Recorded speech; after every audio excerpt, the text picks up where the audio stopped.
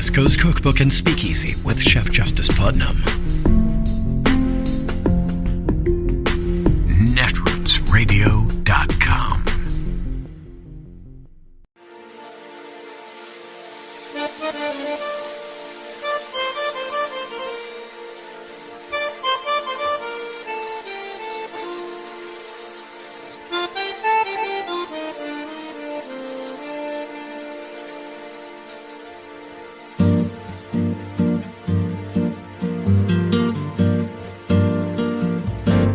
Je voudrais du soleil vert, des dentelles et des théières, des photos de bord de mer, dans mon jardin d'hiver.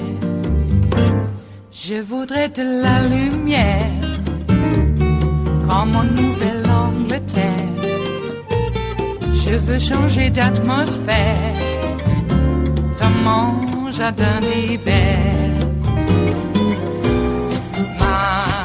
Ma fleur sous la pluie de novembre, tes mains qui courent, je n'en peux plus de t'attendre.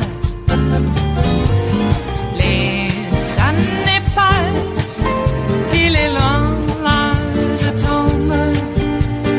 Nul ne peut nous entendre. Je voudrais du Fred Astaire, revoir un latte. Ahead of the publication of a brand new book detailing the 2020 election and the waning days of the former guy's presidency, another story has been released, which reportedly left Trump's own chief of staff at the time, John Kelly, quote, stunned. After obtaining a copy of Michael Bender's new book, Frankly, We Did Win This Election, The Guardian is reporting that during a trip to Europe to mark the 100th anniversary of the end of World War I, Trump told Kelly this, quote, well, Hitler did a lot of good things. The remark was reportedly made during an apparent history lesson from Kelly to Trump, in which he, quote, reminded the president which countries were on which side during the conflict. According to Bender's sources, Kelly pushed back despite Trump's insistence on Germany's economic recovery under Hitler during the 30s, with Kelly replying that even if his claim were true, quote, you cannot ever say anything supportive of Adolf Hitler, end quote. In a statement, Trump's spokesperson said this is totally false. President Trump never said this. It is made up fake news, probably by a general who was incompetent and was fired. Trump himself also denied the conversation to Michael Bender. According to the book, General Kelly has not yet responded to requests for comment. Joining our conversation, Paul Rieckhoff, founder of Iraq and Afghanistan Veterans of America, president of Righteous Media, and the host of the Independent Americans podcast. Tim and Eugene are still with us. Paul Rieckhoff, there's so much reporting. I'm not going to read all of it now because we don't have the time, but The Atlantic reported things with sort of the same kinds of undertones. There's been reporting, and Trump has talked about the Germans publicly before. What do you make of these revelations in Michael Bender's new book and the disparaging comments about General Kelly in knocking them down? Well, it's not a glitch. It's not a slip-up. It's a feature. It's a part of a consistent and ongoing strategy to push certain types of messages. And those messages right now are continuing to fuel domestic insurgency and extremism all across America, even if somebody in the spokesperson's office tries to walk it back. If you're a member of QAnon, if you're a member of the Oath Keepers, if you're another extremist group operating and organizing in America, this is another signal that you have the support of the former president of the United States, who is continuing to be at war in public with a variety of senior and former, current and former senior military officials, whether it's General Kelly or it's the chairman of the Joint Chiefs. We continue to be at war with ourselves. And these are signals to so many extremist groups that continue to operate and activate almost every day. Over the weekend, while everyone was celebrating July 4th, 11 heavily armed men were arrested in a standoff in Massachusetts. A Democratic elected official had her office shot at. Oath Keepers were arrested today by the FBI. So 6 months later, there are still people at large who participated in the terrorist attack on the Capitol on January 6th. So the stakes are very high. And these messages continue to fuel and empower these people. It's a green light. Almost every news cycle has a new one that continues to fuel this very dangerous national security threat. Well, and it's a green light to the kinds of rhetoric about Hitler that just hasn't been part of public discourse. It's so heinous.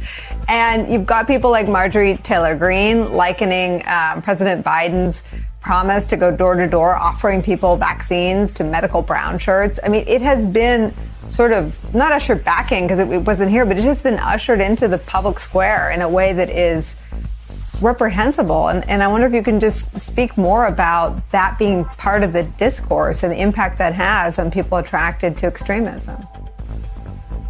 It's consistent, and it may be a fringe part of the Republican Party, but it's the same group of leaders who are very public, who are in elected positions of power, that continue to repeat the same kind of messages. Now, even if you gave them the benefit of the doubt and said these are sloppy slip-ups or they're ignorant, the margin of error here is zero. In American politics, there used to be no room for talking positively about Hitler. But this is a new normal where elements of the Republican Party continue to echo these messages and compound these messages and empower the most extreme, dangerous domestic groups in this country. This is more than just political slippage. This is more than just sloppy talk. This is empowering domestic terrorism. And that is something that our enemies continue to celebrate. Putin, Kim Jong-un, ISIS. They love seeing this kind of stuff where it looks like America is at war with itself. You know, Tim Miller, John Kelly is in this story too. And General Kelly, whatever people think of his service to Donald Trump, is a celebrated general of the post 9/11 era. And he worked for a president who he had to plead with to not praise Hitler. I mean, I don't know where to begin, but why hasn't someone like John Kelly spoken out about the ex-president's march toward autocracies and the party that's still following him? You know how to tickle my things to get my goat, Nicole, because as soon as I heard this story, I was like, Trump is heinous, stipulated. We know that. Where is John Kelly? Like, where has John Kelly been? I appreciate and am grateful for his service to the country. The sacrifice that his family made is just unimaginable. But at the same time, you have a responsibility, and you were in the room. He had a responsibility to be on the record before the election that ended up being a little bit too close for comfort. He had a responsibility to be on the record between the election and the January 6th and the transfer of power on January 20th. And he was nowhere. And now you're talking to Michael Bender, great reporter. I'm sure it's going to be a great book for a book that comes out, 9 months too late, frankly. It's just really frustrating that there weren't more people like John Kelly speaking out at a time when it was urgent. And, when you hear this kind of talk, I just adding on one other thing about Paul, obviously I don't want to create any sort of equivalence. The idea that a president could say something like this is just mind-boggling. But there is an increasing amount of anti-Semitic talk on the fringes all over our politics right now. And having a president echo that, is a problem. And it's extremely important that not just John Kelly, but that other folks, on the left and the right, when they see, this kind of talk, are speaking out against it and calling it out. We just went through a wave of violence against Jews in New York and elsewhere.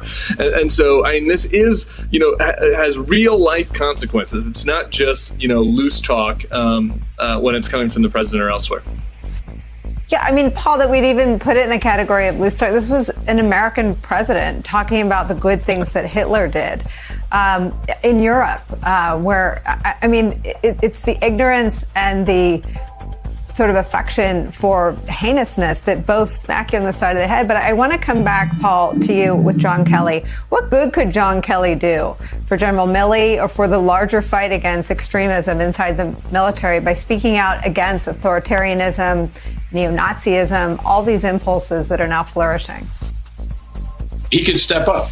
He can answer the call to service. He can step up again on behalf of his country, and he's sacrificed unimaginably with the loss of his son, and he's had a tremendous service record over his time in uniform.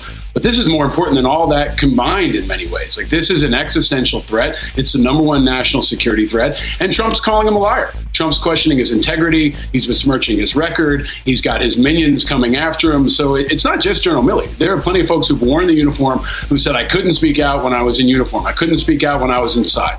Well, they're not inside anymore. General Milley's got restrictions. General Austin, Secretary Austin's got restrictions. They're going to bite their tongue. But General Kelly needs to come out full bore with everything he's got and try to organize others who can counter the narrative that Trump had somehow captured the military or had, this free reign over the Pentagon and that people did what he said. It wasn't Trump's military. It was America's military. And nobody can say that more powerfully than someone like Kelly, who was standing right next to him during all those meetings.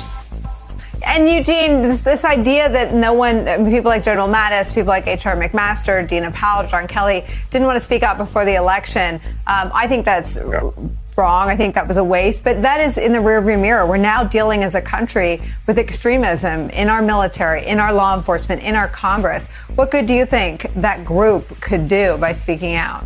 Well, just shame on all of them. Shame on General Kelly for not speaking out. And yes, before the election, shame on General Mattis for not speaking out on the record. Shame on Rex Tillerson, not in the military, but was Secretary of State, was quoted as referring to the president as a bleeping moron.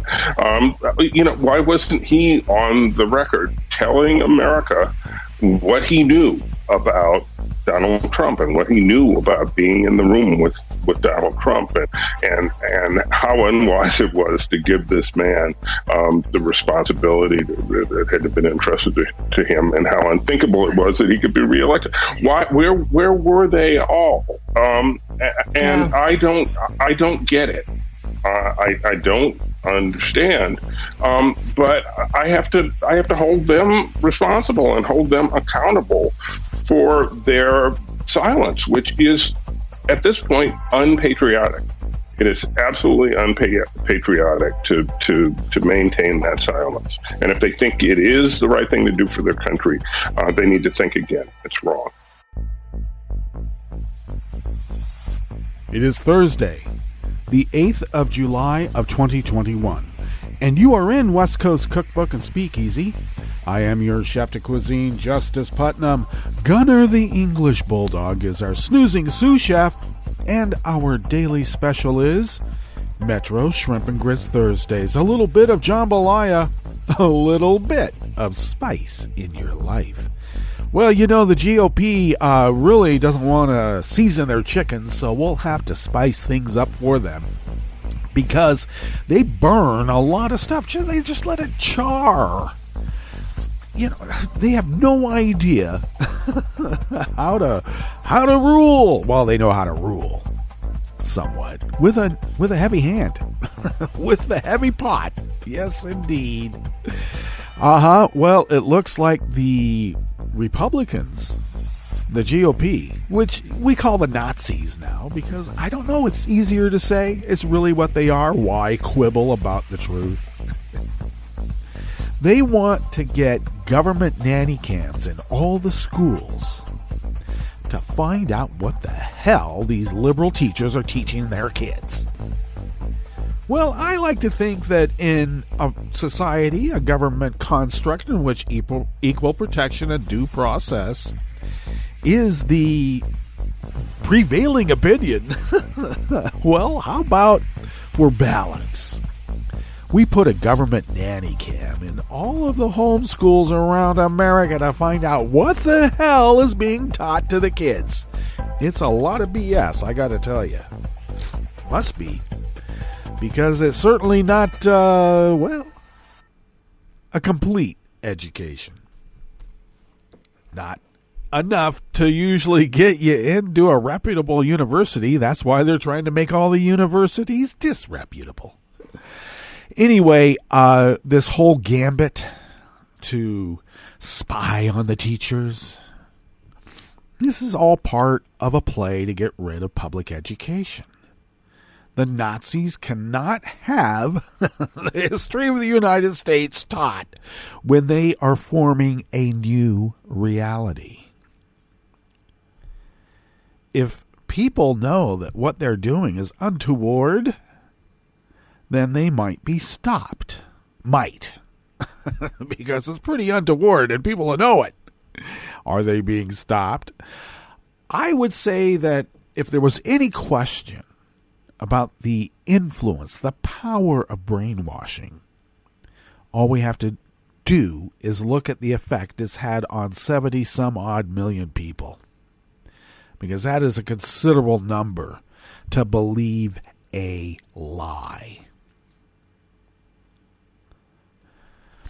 Now, I make jokes about the good Republicans being just like the good Germans of old. But you know what they say about comedy? It's based upon a truth. So, is it banal? Is it evil? Well, it's happening, isn't it? And we can see exactly what is happening. What will happen? Well, as I mentioned earlier this week, my buddy and I were bemoaning the fact that we have been arguing that something needs to be done about climate change since we were in junior high back in the late 60s. Excuse me. I have allergies today. And did anyone listen to us? We weren't the only ones. No. A lot of our friends got arrested while oil giants and their scientists knew what they were doing but did it anyway. Okay. So will they listen to us now? Have they? I hate the idea of sitting in the showers looking at my compatriots saying, I told you so. Yeah, I don't want to be there. Okay. And when I make these comparisons to Nazi Germany, it's not some flippant attempt at, I don't know, bad analogies. I am stating a truth. Unlike the Berberts and the Marjorie Taylor Greens, I love it when Nazis accuse the anti-fascists of being Nazis. You're the real Nazi. Okay, that's where we are. But I actually think the slumbering giant, the sleeping giant, has been roused. You know, it always has been the argument that when middle America finally gets outraged, that's when things get changed. And it may be that now the only people dying from COVID in ERs and ICUs and the general hospital population are the unvaccinated. And who are the unvaccinated? Part of the 70-odd million who have been brainwashed to believe a lie. And when I say a lie, I mean more than one lie. It's all part of the big lie. Then they have to justify the lie in some way to make it a truth so that they believe it. That's what brainwashing does. The brainwashed have to be active participants in it as well, and it's a lot easier to brainwash people who are already predisposed to thinking, after all this time, these slaves are going to kill us in our sleep. Finally, this is the outrage that will finally cause them to kill us in our sleep. So what do? They have a race riot and burn down predominantly black neighborhoods and businesses, just to be sure. That's what brainwashing does. It's not something that just happened. It's been going on for quite a while. Brainwashed into believing that you can make another human being subservient to your will without pay. I mean, at least pay them. I mean, come on, you talk about the free market. No, they only mean that they make the money. It's not a free market. They're free to do whatever they want, but it's not a free market. I mean, look, they can get these Trump armadas on tiny little lakes and they can swamp each other and sink their little, well, they're not little, they're monster boats. And somehow they have the money. They have the disposable income to just sink their pleasure craft on Lake Champlain. So, is it economic anxiety? Well, yeah. The economic anxiety is rooted in racism. We know that.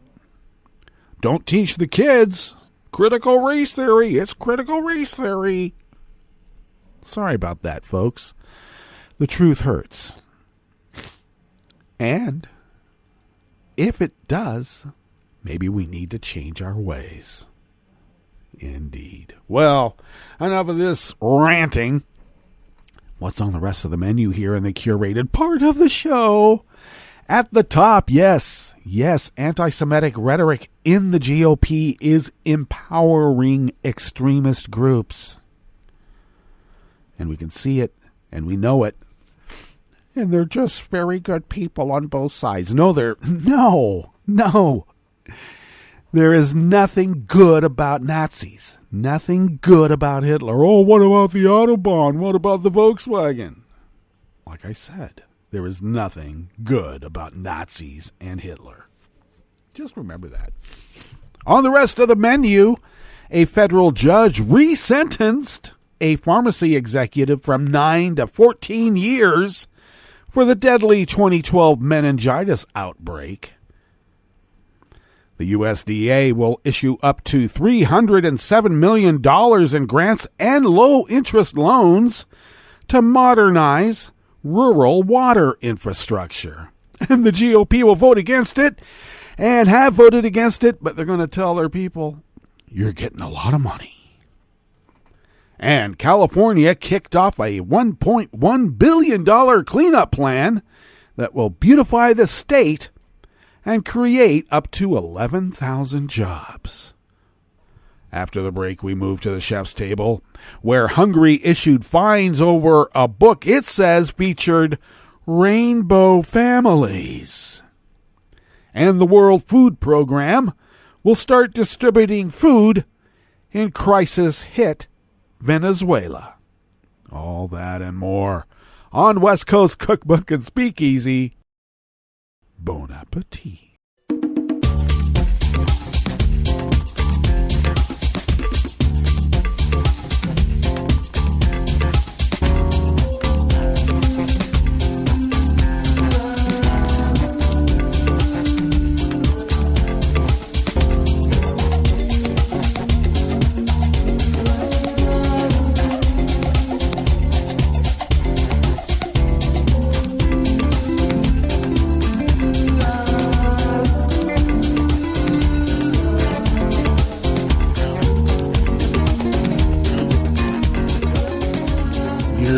Bottom of our homepage at netrootsradio.com. To the right of the page is the chat room link, and the chat room is monitored by Kelly Lincoln, and we thank Kelly for doing so.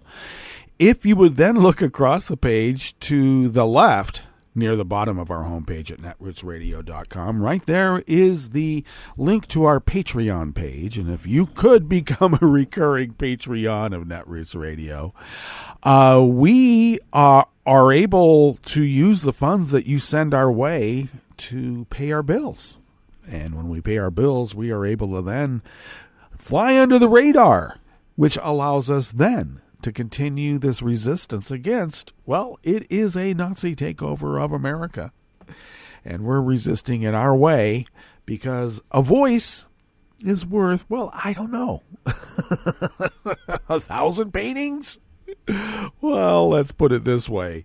If you could afford an espresso-type coffee drink, and if you could afford to send those funds our way once a month, we stretch those dollars beyond compare, and we pay said bills, and we fly under said radar, and we continue resisting, as we just said.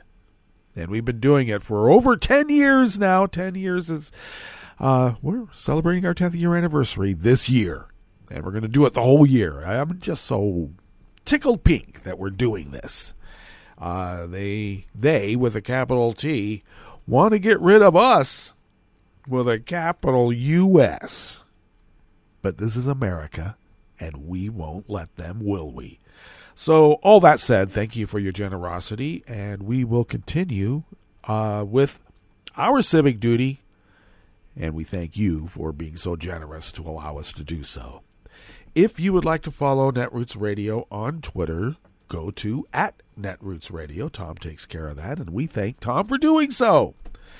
Follow me on Twitter at Justice Putnam. I post the show notes and links diary about 10 minutes before showtime. Get that posted up on Twitter and other social media platforms. You know who they are. Follow the show on Twitter at Cookbook West. And pick up podcasts by way of Spreaker, Stitcher, TuneIn, iHeart, YouTube, iTunes, and wherever podcasts can be found. All right, let's tuck into this first offering here in the Bistro Cafe of West Coast Cookbook and Speakeasy. It's from the Associated Press by Alana Durkin-Richer. A founder of a now-defunct Massachusetts pharmaceutical facility responsible for a deadly meningitis outbreak will spend 14 and a half years behind bars, a federal judge ruled yesterday, Wednesday, lengthening his initial punishment of 9 years that was tossed out by an appeals court. Barry Cadden, who was president and co-owner of the now-closed New England Compounding Center, showed little emotion as he was sentenced for a second time after being convicted of fraud and other crimes in the 2012 outbreak that killed 100 people and sickened hundreds of others. The First U.S. Circuit Court of Appeals vacated Cadden's sentence last year and ordered the judge to re-examine whether certain enhancements in sentencing guidelines that call for stiffer punishments should apply. The outbreak was traced to mold-tainted steroid injections produced by the company in Framingham, located about 20 miles west of Boston. The scandal threw a spotlight on compounding pharmacies, which differ from ordinary drugstores in that they custom mix medications and supply them directly to hospitals and doctors. Prosecutors say the facility cut corners to boost profits, neglected to properly disinfect its rooms, shipped drugs before receiving test results, and ignored warning signs that its productions were unsafe.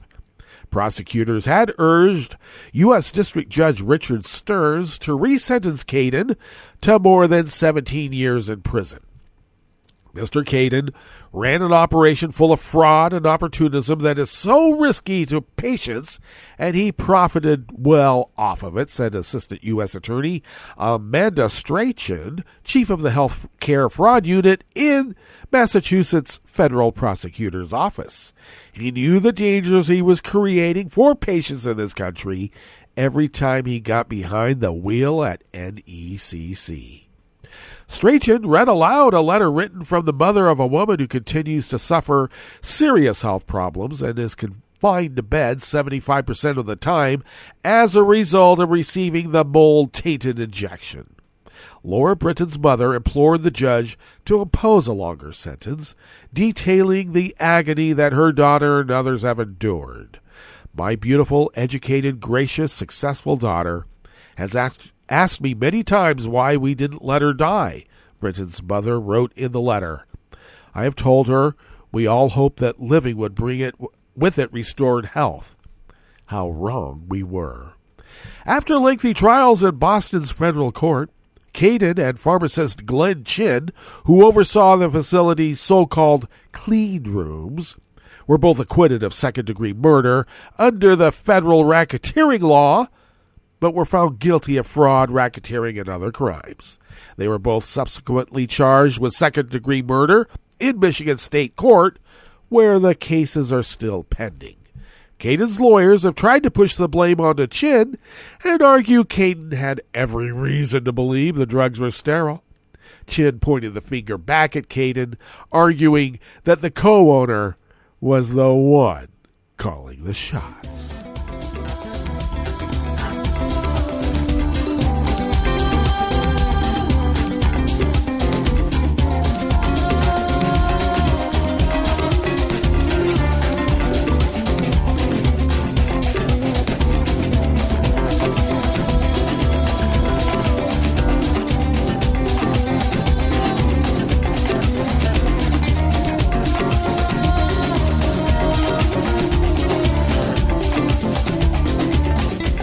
Peter Atanasio of the Associated Press brings us This next offering here in the Bistro Cafe of West Coast Cookbook and Speakeasy, Metro Shrimp and Grits Thursdays.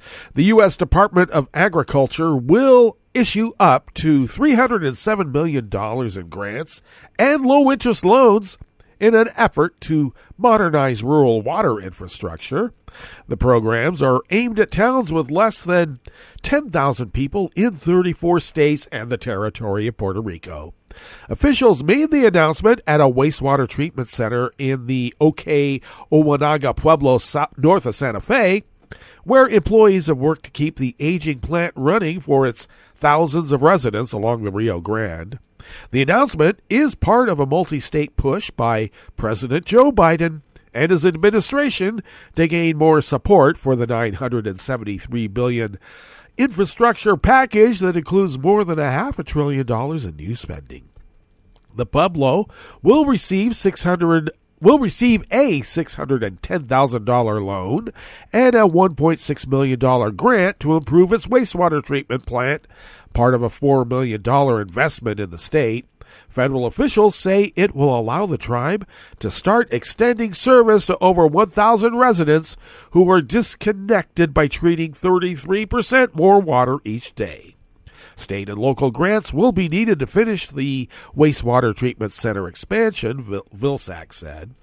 At the center of the small plant, a decades-old metal trough measuring about 100 feet sat rusted over, the metal now a dark orange. Workers at the plant said the equipment, which mixes sewage with air to induce bacterial breakdown of the waste, was about a year away from rusting through. The consequences of decades of disinvestment in physical infrastructure have fallen most heavily on communities of color. This is why the USDA is investing in water infrastructure in rural and tribal communities that need it most to help them build back better, stronger, and more equitably than ever before, Vilsack said. Among some minority communities, Vilsack has been the target of criticism for how he handled discrimination complaints during his tenure as Ag Secretary in the Obama administration. African-American farmers were angered by his appointment by Biden because of an unaddressed flurry of civil rights complaints. But in March, Vilsack announced a program that would forgive the debts of ranchers of color.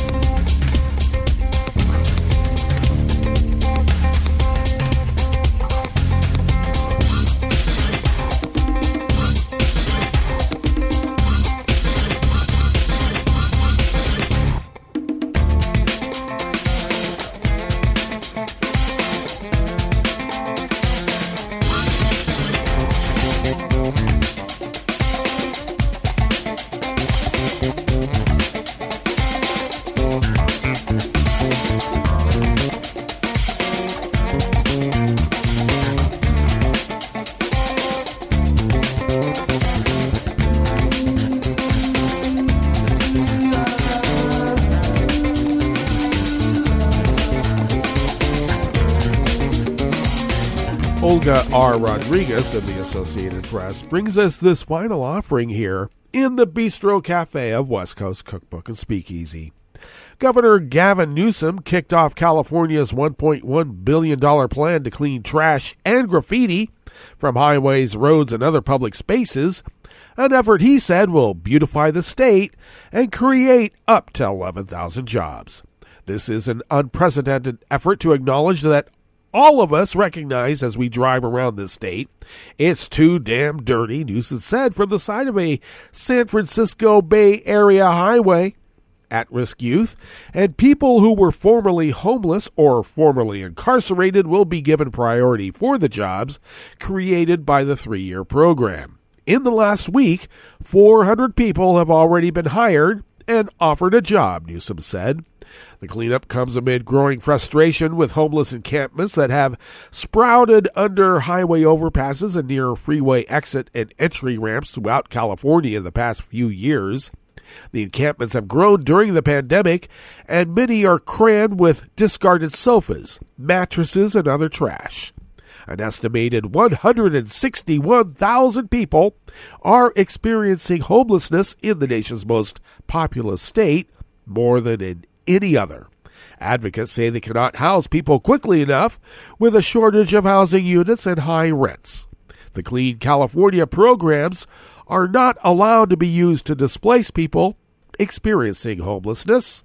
The Democratic governor, who faces a recall election this year, pointed out that he has proposed $12 billion to get more people experiencing homelessness off the streets and into homes of their own. Newsom first announced a $1.5 billion Clean California initiative in May, but the legislature decreased the funding to $1.1 billion in the final budget the governor signed last month. Well, that brings us to our break, and when we get back from that break, we will go through weather from around the world, and we will finish up with the stories that we've curated for you today. You are listening to West Coast Cookbook and Speakeasy, and we will be right back. You are listening to netrootsradio.com. Please hang up and try again.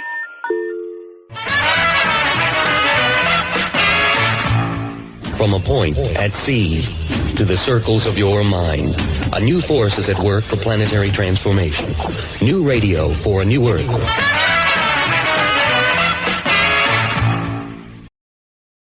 This is Take Two Movie Review. I'm Mike Friend. This week, something fishy. Luca's pretty much the perfect summer movie. From the amazing animation to the plot to the pitch-perfect voice casting, Luca is pretty much guaranteed to please almost everyone. While the main characters are rather improbably sea monsters with shape-shifting abilities on dry land, the film explores timeless human coming-of-age themes, including teenage rebellion and the desire to find one's tribe. In this case, Luca, a sheltered child, is fascinated by dry land. Despite the warnings of his parents, he ventures up and meets Alberto, a fellow sea monster who's been living as a human. Outgoing and fearless, and with a dad who's MIA, Alberto is the perfect foil for the shy Luca. The two quickly bond, and soon Luca is sharing Alberto's dream of acquiring a Vespa and driving off on adventures unknown. Fans of Italian cinema will recognize the nod here to De Sica's classic shoe shine. In order to do this, Alberto decides to enter the town's annual triathlon, becoming friends with fellow outcast Julia, a human girl.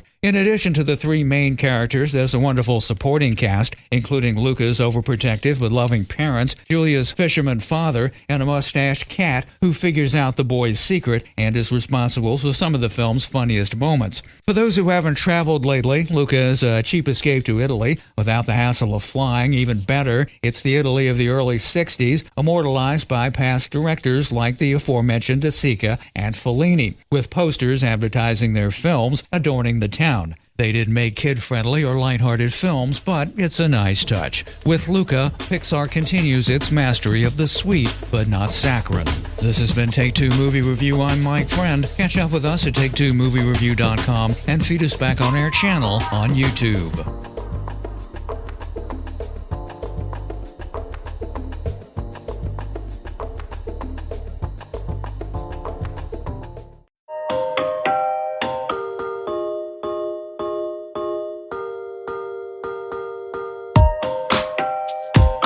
Hi, and welcome to COVID Quickly, a Scientific American podcast series. This is your fast-track update on the COVID pandemic. We bring you up to speed on the science behind the most urgent questions about the virus and the disease. We demystify the research and help you understand what it really means. I'm Tanya Lewis. I'm Josh Fishman. And we're Scientific American's senior health editors. Today, we'll talk about clinics for long-haul COVID patients, the rise of the Delta variant and what you can do about it, and using barbershops to get vaccines to communities that need them most. Early in the pandemic, there were some reports of people with odd symptoms such as fatigue and memory issues that continued long after their acute infection. Now these long haulers are getting some specialized help. More and more data is coming out about long COVID. That's serious physical and mental effects that can last half a year after people first get infected. The latest study came out last week in the journal Nature Medicine. Researchers looked at health records for a few hundred people in Bergen, Norway. That was almost everyone in the city diagnosed with COVID during several months in 2020. Overall, 61% of the group had symptoms 6 months after they were first infected. Their most common problem was fatigue, followed by difficulty concentrating, disturbed smell or taste, memory trouble, and a hard time breathing. Two striking things about these patients. One was that many had just a mild or moderate case of COVID at the start. The other was that a lot were young, age 16 to 30. Other studies have reported a similar symptom cluster, such as one by University of Washington researchers that found about 30% of people with COVID had these lingering troubles. Do doctors know what's causing these problems? That's still a mystery, Tanya. Some people have organ damage related to the virus infection, but some do not. Doctors are trying to figure out how best to treat them. SciAm contributor Melba Newsom wrote this week about new COVID recovery clinics that treat the whole patient, rather than making people run from a lung doctor to a neurologist to an immunologist. Patients say the coordinated care helps, and they feel more hopeful since they're being taken seriously and not dismissed as crank cases. The NIH is also taking it seriously, spending about $1 billion to study the disease. It now has an official jawbreaker of a name, post-acute sequelae of SARS-CoV-2 infection. Melba notes, however, there's a racial imbalance showing up at these clinics. Overwhelmingly, the people referred there are white, but people of color are more likely to get COVID. So access barriers, such as lack of health insurance, are likely keeping care away from many people who need it. It's yet another burden added to the health inequality that's already hurting people in the pandemic. Let's talk about the Delta variant. It's spread to more than 70 countries, and it's now the dominant variant in the US. How worried should we be? The Delta variant is definitely concerning, particularly for unvaccinated people. It's already causing another surge in the UK, where it makes up the vast majority of cases. And a company that's been tracking virus sequences in the US estimates this variant now accounts for about 40% of cases here, making it more than twice as prevalent as the Alpha variant that was previously the most common. As you've noted before, Josh, research from the UK suggests Delta is at least 40% more transmissible than Alpha, and almost twice as likely to result in hospitalization. The data are a bit murky on whether it actually causes more severe disease or not, though. So far, it hasn't actually caused a huge uptick in hospitalizations or deaths in the UK. Still, it's spreading widely in the US, where only about half the population is fully vaccinated, far less in some areas. Experts say it's not likely to cause another devastating nationwide surge like the one we had last winter, but it will probably lead to flare-ups in some states where fewer people have been vaccinated, such as Alabama or Mississippi. And the risk could increase in places where hotter temperatures force more people to spend time in air-conditioned indoor settings where the coronavirus can easily spread. This sounds pretty grim. What can we do about it? The good news is that the vaccines work. More data from the UK show that 2 doses of the Pfizer vaccine were 96% effective at preventing hospitalization, and 2 doses of the AstraZeneca vaccine were 92% effective. But you need both shots. A single dose of AstraZeneca was only 71% effective at preventing hospitalization, and 1 dose of both vaccines was only around 34% effective at preventing infection. We don't know yet how well the Johnson & Johnson vaccine works against the Delta variant, but it's likely to provide some protection. Meanwhile, the World Health Organization is urging even vaccinated people to keep wearing masks and practicing social distancing, just to be on the safe side, given how much virus is still circulating. The CDC has not changed its guidance, though. It still says vaccinated people don't need to mask up unless they want to. But with the Delta being so transmissible, it couldn't hurt to err on the side of caution. There are still plenty of people who are skeptical about getting vaccinated, sometimes for valid reasons. Now, some efforts are trying to build trust by reaching people in their neighborhoods. The rate of COVID vaccinations among people of color lags behind that of white people. Access barriers are one reason for this, and so are negative experiences with a medical profession that breed distrust. Black-run barbershops and hair salons may be able to counter some of this, says Stephen Thomas, who directs the University of Maryland Center for Health Equity. For the last 15 years, Thomas has been researching the trust placed in barbers and stylists by their communities, and he says it's a powerful thing.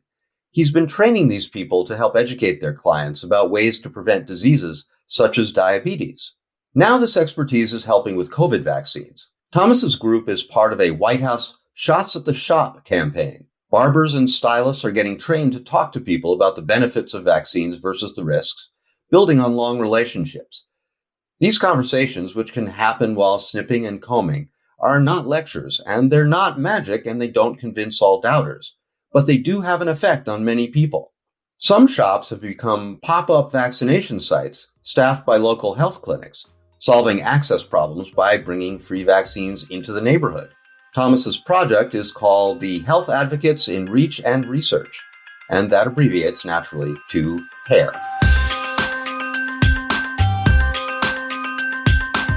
Now you're up to speed. Thanks for joining us. Come back in 2 weeks for the next episode of COVID Quickly, and check out SciAm.com for updated and in-depth COVID news.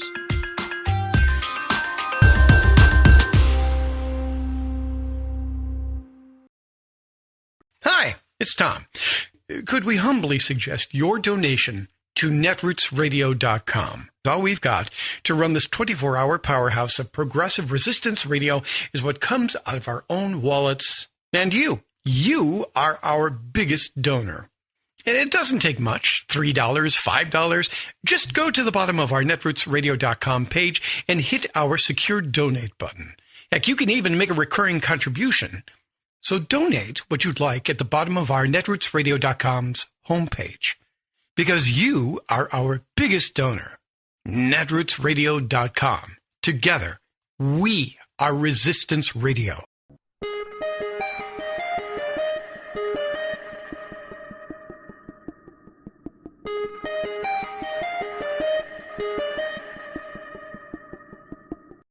Herd immunity is important in stopping deadly viruses, but in politics, the herd instinct can send a whole species over a cliff. Witness the frenzied herd of Republican governors now stampeding behind the scaremongering scheme of Texas Governor Greg Abbott to use the personal suffering of Latin American migrants and asylum seekers as political pawns, rather than helping find a humane solution to the very real plight of these desperate Latin people. Various governors are following Abbott in confronting the migrating families with keep-out military-style force. First came Ron DeSantis of Florida, strutting around in a mucho-macho photo op, pledging to send a small hodgepodge of deputies, highway patrol, and even wildlife officials to Texas for a few days. What will they do? Who will direct them? Who would pay? DeSantis didn't know.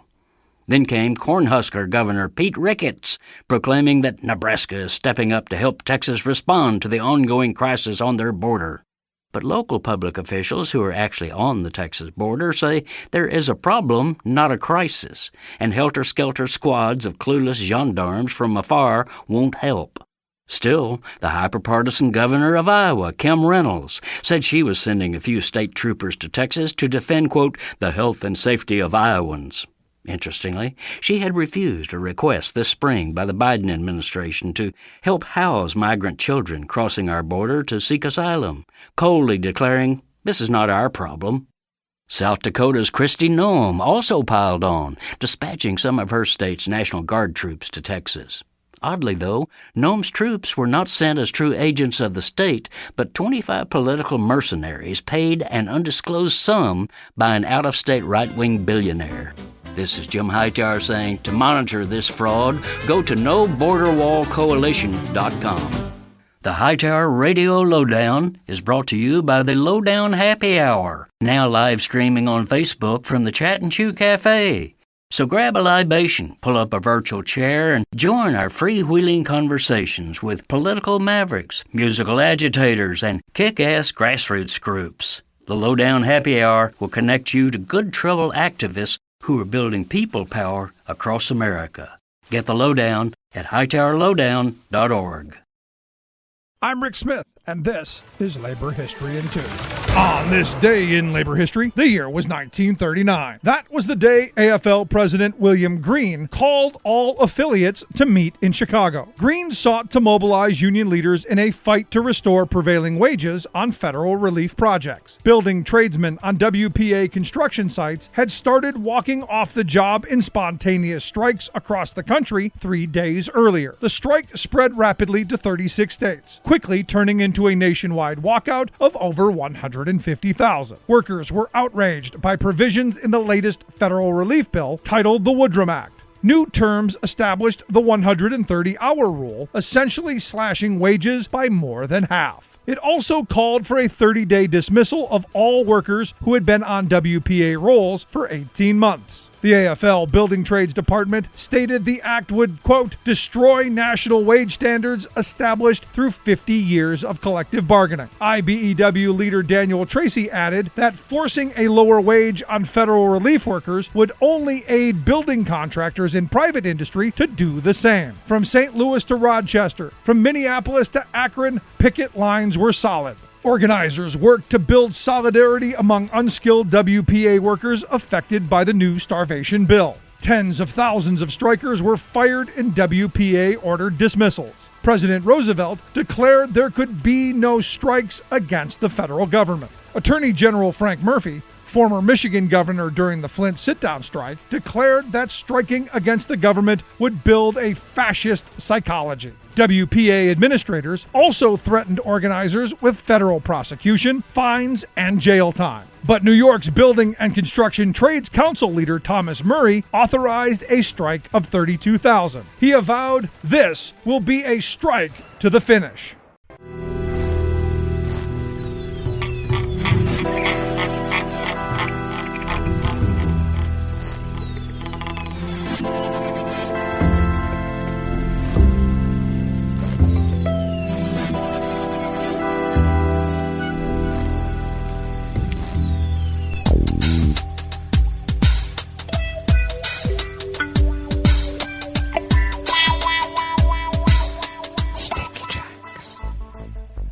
Thank you for accompanying us here to the Chef's Table at West Coast Cookbook and Speakeasy, Metro Shrimp and Grits Thursdays. We always begin weather from around the world along the banks of the Rogue River, in the Rogue River Valley of Southern Oregon on the west coast of the continental United States of America, where it is currently 58 degrees Fahrenheit, expecting a high of only about 94. Plentiful sunshine with winds out of the northwest at 5 to 10 miles per hour. Clear skies overnight with lows around 60. Winds continuing out of the northwest at 5 to 10 miles per hour. Abundant sunshine tomorrow. Temperatures increasing to 102. Winds will remain out of the northwest at 5 to 10 miles per hour. Confirmed cases of coronavirus in Jackson County in the southern part of Oregon have now been updated and have now increased quite a bit to 11,707. That is an increase of almost 40 people, 40 infections since the weekend. Deceased have also increased 2 more and now stand at 148. And they're telling us to take off our masks and get back to normal. Really? Grass pollen remains very high, and I can attest to that right here in Rogue River. The air quality index remains good at 44 parts per million, and that daytime UV index remains very high at 9. Barometric pressure is rising at 29.97 inches. Visibility is up to 10 miles, and relative humidity is at 65%. Weather from around the world is brought to you by a crowd of crowdsourced weather stations that a crowd crowdsources from around the world. London is 70 degrees and partly cloudy. Paris is 73 and mostly cloudy. Rome is 88 and fair with a heat advisory. Kyiv is 87 and fair. Kabul is 88 and fair. Hong Kong is 81 degrees and clear. Tokyo is 73 with a heavy rain shower. Sydney, Australia is 51 degrees and partly cloudy. San Francisco, California is 53 and cloudy with a fog advisory. And New York, New York is 84 degrees Fahrenheit and sunny. And that is weather from around the world, brought to you by a crowd of crowdsourced weather stations that a crowd crowdsources from around the world.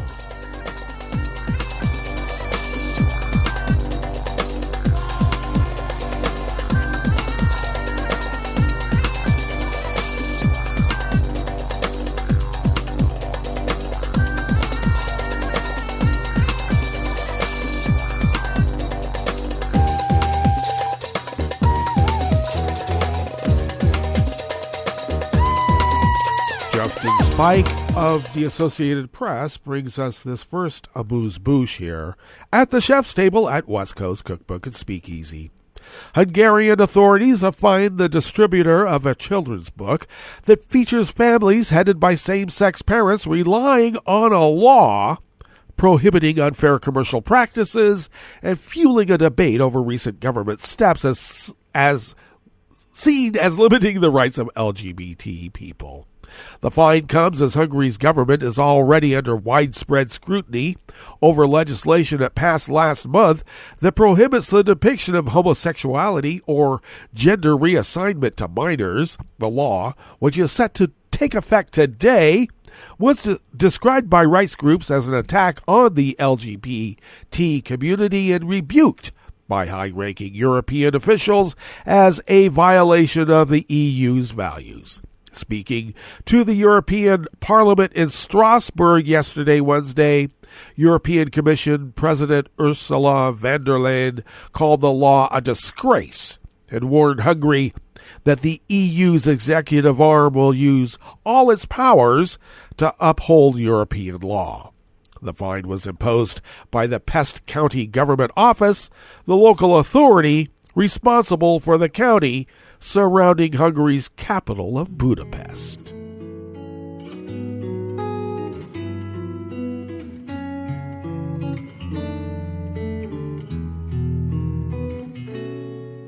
Je te donne ce mon amour pour la vie entière. La promesse de me trouver à tes genoux. Aussitôt que tu m'appelles, rester toujours fidèle. C'est tout, c'est tout. Je te donne tous mes printemps, mes étés de mer, mes automnes quand les feuilles tombent partout. Si ce n'est pas une bonne affaire, je te donne tous mes hivers. Anonymous staff at Reuters brings us this final amuse-bouche here at the chef's table at West Coast Cookbook and Speakeasy.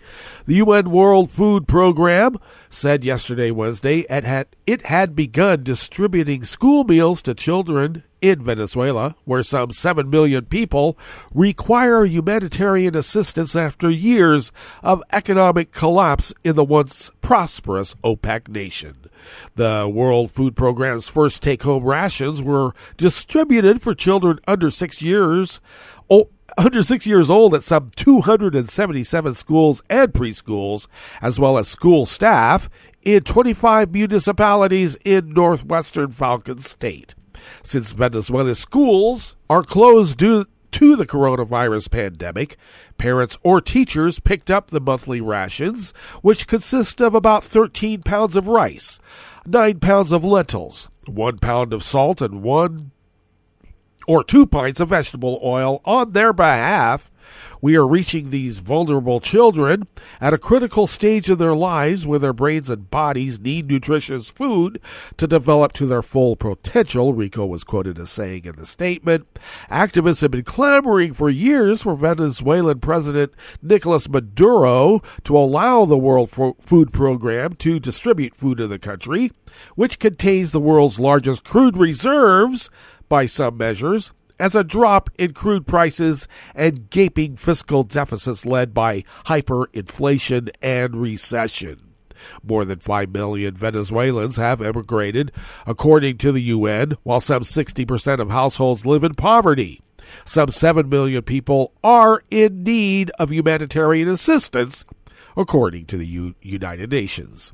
The World Food Program aims to feed some 185,000 children by the end of the year, 850,000 by July of 2022, and 1.5 million by 2023. Well, that brings us to the end of our broadcast period for the day, but you do know Netroots Radio will broadcast on, and we'll meet up tomorrow for Blue Moon Spirits Fridays. So do stay tuned to Netroots Radio all day and all night for all the breaking news as it breaks, and we'll meet up here tomorrow, right here in West Coast Cookbook and Speakeasy. Bon appetit.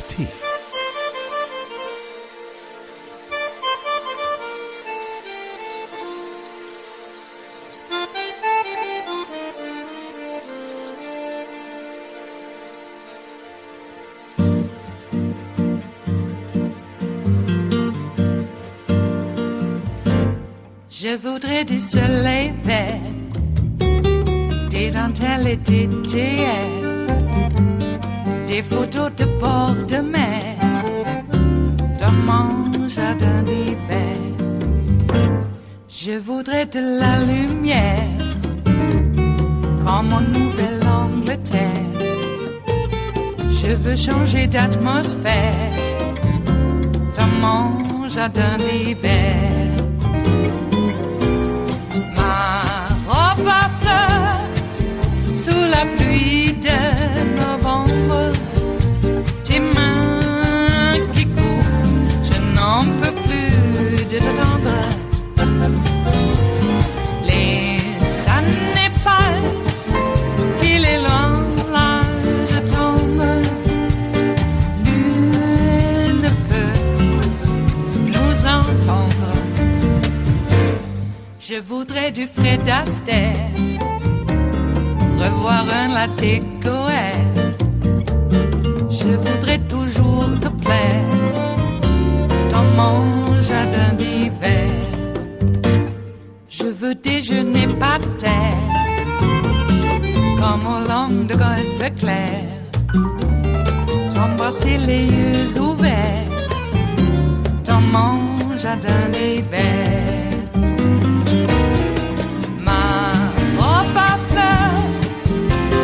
Pluie de novembre, tes mains qui courent, je n'en peux plus de t'attendre. Les années passent, il est loin l'âge tendre, nul ne peut nous entendre. Ba-da-da-dum-di-da-dum, ba-da-da-dum-di-da-dum, ba-da-da-dum-di-da-dum, dans mon jardin d'hiver. Ba-da-da-dum-di-da-dum, ba-da-da-dum-di-da-dum, ba-da-da-dum-di-da-dum, dans mon jardin d'hiver, dans mon jardin d'hiver, dans mon jardin d'hiver.